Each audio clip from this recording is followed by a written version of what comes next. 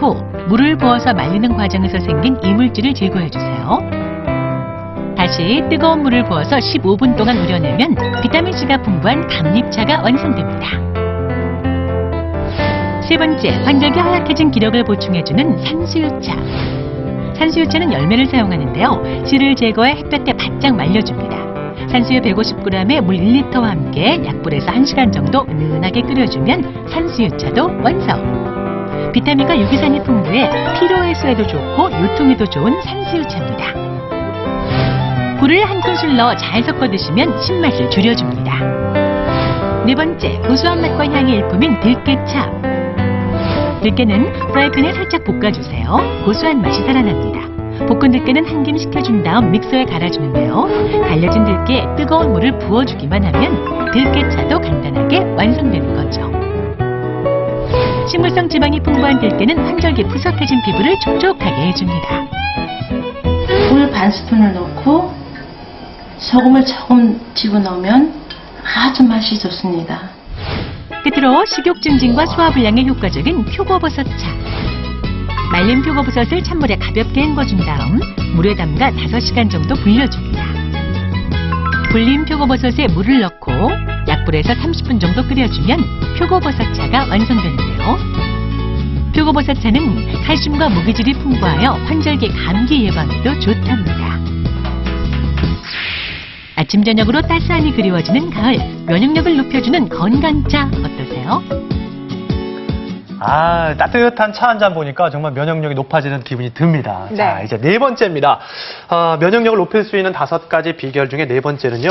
네. 하루에 20분 정도 일광욕을 하세요. 햇볕을 좀 봐야겠네요. 저희가 방송하면서 비타민 D, 햇볕 이런 얘기 참 많이 했거든요. 그렇죠. 네. 비타민 D 때문에 그런데요. 사실은 매일매일 하루에 20분 정도만 충분히 햇볕을 보셔도 비타민 D 결핍이 잘 발생하지는 않습니다. 근데 문제가요. 우리가 나이가 들면 여러 가지 기능이 떨어지는데 이 햇빛을 봐도 그 비타민 D를 합성하는 능력이 떨어집니다. 그래서 나이가 많이 드셨거나 특히 우리나라 사람들 같은 경우 자외선 차단 너무 하잖아요. 그래서 부족한 경우가 많다고 하니까 이런 경우에는 조금 보충을 하시는 것도 좋겠습니다. 네. 자, 5번째 비결 계속해서 공개해 볼게요. 네. 5번째는요.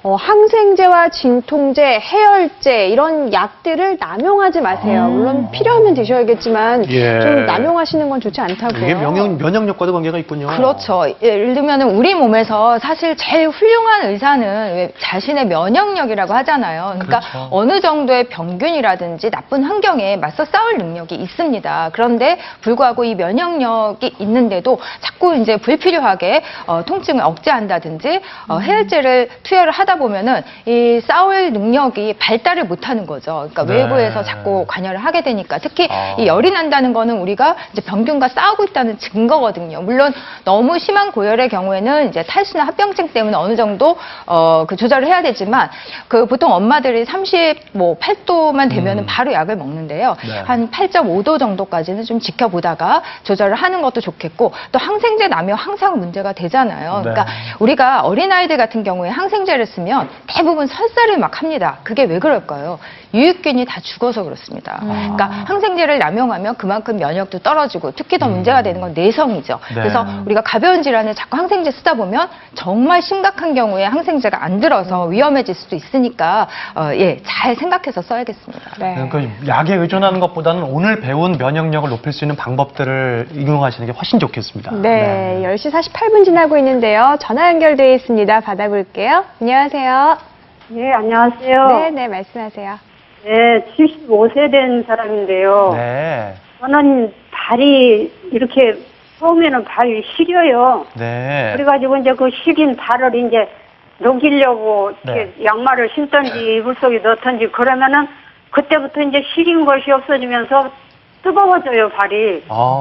그래가지고 그 뜨거운 발이 네네. 이제 저녁에 주로 밤에 그러거든요.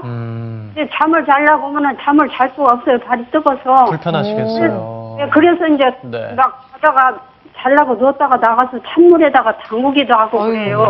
네. 그래가지고 이제 발이 식어야 잠이 들고 그러는데요. 네. 이제 또 한 가지는 이게 샤워 같은 거 할 때 뜨거운 물에 발이 당겨지면은 막 발바닥이 가려워요. 네네. 찬물에다가 담궈야 또 이제 그게 가려운 게 가라앉고. 알겠습니다. 네, 예. 네, 한번